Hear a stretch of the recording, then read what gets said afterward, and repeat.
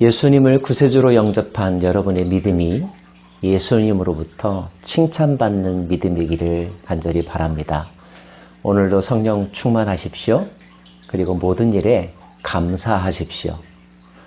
오늘은 누가복음 8장 말씀입니다. 누가복음 기록에 의하면 예수님은 현재 갈릴리 지역에서 사역을 하고 계십니다. 그곳에서 제자들도 만났고 사람들의 병을 고치기도 하셨습니다. 예수님의 활동의 모습을 오늘 8장은 이렇게 요약하고 있는데요.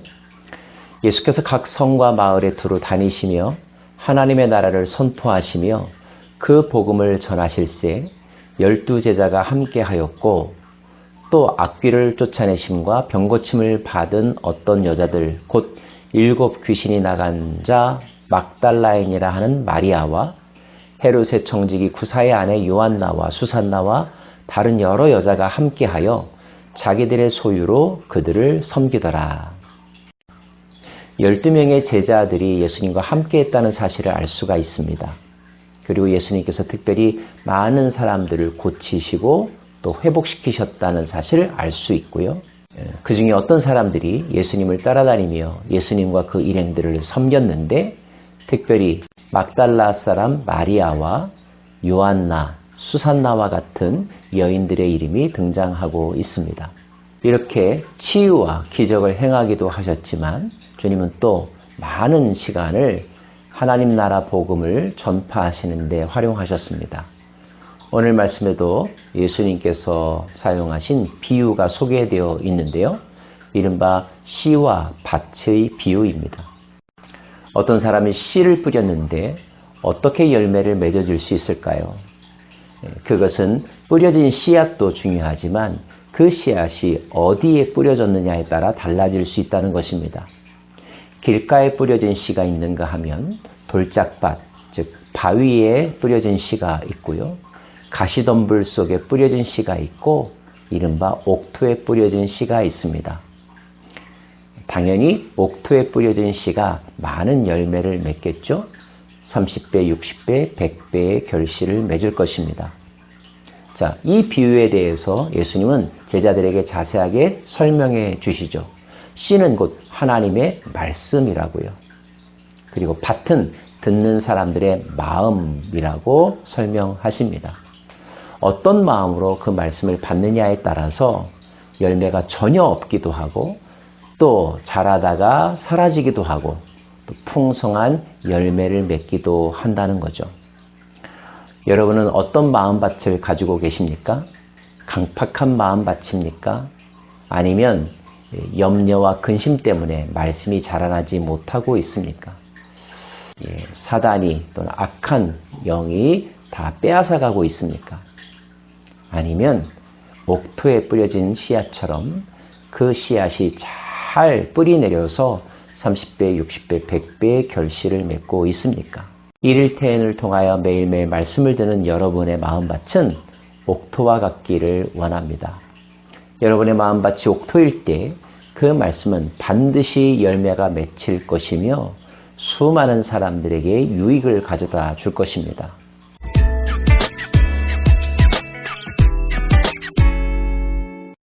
말씀의 능력, 말씀에 성장하고 말씀의 결과가 얼마나 풍성한가를 주님께서는 또 이렇게 말씀하셨는데요. 숨은 것이 장차 드러나지 아니할 것이 없고 감추인 것이 장차 알려지고 나타나지 않을 것이 없느니라. 이 말씀의 의미는 우리의 마음밭에 뿌려진 그 말씀이라고 하는 씨앗은 생명력이 있기 때문에 시간이 지나고 때가 되면 반드시 열매가 맺혀져서 사람들이 그 열매를 보고 그 씨앗을 알 수도 있다는 것입니다. 더 나아가서 주님은 말씀을 지키고 말씀대로 행하는 것이 얼마나 중요한지 강조하고 있는데 예수님의 어머니와 형제들이 왔다는 소식을 들었을 때 주님은 이렇게까지 말씀하시죠. 누가 내 어머니요 내 형제냐? 내 어머니와 내 형제들은 내 동생들은 곧 하나님의 말씀을 듣고 행하는 이 사람들이라 하시니라. 예수님은 새로운 기준으로 하나님 나라의 가족을 설명하고 계신데 그것은 다름이 아니라 하나님의 말씀을 듣고 그 말씀대로 행하는 자, 말씀의 열매를 맺는 자, 말씀의 빛을 발하는 자가 바로 하나님 나라의 가족이요 형제라고 말씀하고 계신 것입니다. 이어서 나타나는 기적은 이 말씀의 능력을 그대로 우리들에게 보여주고 있는데요. 그 위에 기록에 보면 예수님께서 바다를 잔잔케 하시는 장면이 나옵니다. 바다를 어떻게 잔잔케 하셨을까요? 주님은 말씀으로 바람과 물결을 꾸짖으셨을 때에 그 풍랑이 잔잔해졌습니다. 말씀의 능력이 그렇게 나타났던 것입니다. 또 말씀으로 귀신도 내어 쫓으셨습니다. 거라사 지방에서 군대 귀신 들린 자를 고치신 장면이 나오죠. 여러 가지 우리가 주목할 점이 있지만 특별히 오늘 이 본문에서는 예수님께서 그 거라사의 군대 귀신 들린 자를 어떻게 고치셨는가, 그 귀신을 향하여 책망하시고 나가라고 명령하셨습니다. 하나님의 권위로 그 말씀을 선포했을 때 그 귀신은 예수님 앞에 꼬리를 감추었고 사라졌다는 거죠. 이것이 바로 말씀의 능력임을 보여주고 계신 것입니다. 회당장 야이로의 딸을 살리는 장면도 마찬가지입니다. 예수님이 도착했을 때 그 딸은 이미 죽었죠. 근데 그 죽은 자를 향하여 주님께서 이렇게 말씀하셨죠. 아이야 일어나라. 명령하셨습니다. 옆에 있는 사람들은 이해가 되지 않았고 심지어 비웃기조차 했죠. 그런데 어떤 일이 일어났습니까? 죽었던 그 아이가 살아났습니다. 예수님의 말씀의 씨앗이 떨어지게 되었을 때 그곳에 생명의 역사가 일어났던 것입니다. 또 하나의 사건도 있습니다. 12의 혈루증 걸린 여인을 고쳐준 사건이죠. 회당장 야이로의 집으로 가는 과정 중에 어떤 여인이 예수님을 붙잡았습니다. 예수님은 자신의 몸에서 능력이 나갔다는 사실을 깨달았죠. 누군지 찾게 되었을 때에 그 여인이 자기의 신분을 드러냅니다. 자, 그런데 그때 예수께서 이렇게 말씀하셨죠. 이르시되 딸아 내 믿음이 너를 구원하였으니 평안히 가라 하시더라. 말씀으로 병자를 고치시고 말씀으로 죽은 자를 살리시고 말씀으로 구원을 이루셨습니다. 이것이 말씀의 능력입니다. 아무 말이나 이런 능력이 나타나는 것이 아니죠. 하나님의 말씀이기 때문에 이런 능력이 나타난 것입니다.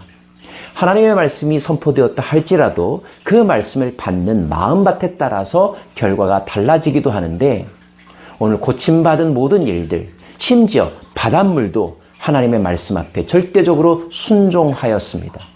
그럴 때 변화의 역사가 일어났고 생명의 역사가 일어났고 치유와 기적의 역사가 일어났던 것이죠. 자, 그때 일어났던 기적은 오늘날에는 전혀 일어나지 않은 것일까요? 우리가 말씀을 공부하는 이유는 그때 그 기적이 오늘 나에게도 일어날 것이라고 하는 기대와 소망과 믿음이 있기 때문이죠. 자, 여러분의 마음밭이 옥토와 같은 마음이라면 간절한 마음, 겸손한 마음, 그리고 말씀을 의지하는 마음밭이라면 말씀의 씨앗이 떨어질 때 여러분의 삶은 흔들리게 될 것이며 놀라운 새 출발의 역사가 꿈틀댈 것입니다.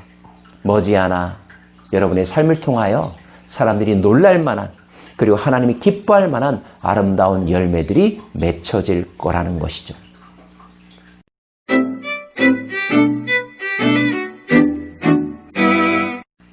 이 시대에 많은 사람들이 불안과 염려 속에 살아가고 있습니다. 과학기술이 기대에 못 미쳐서일까요? 정보가 부족해서일까요?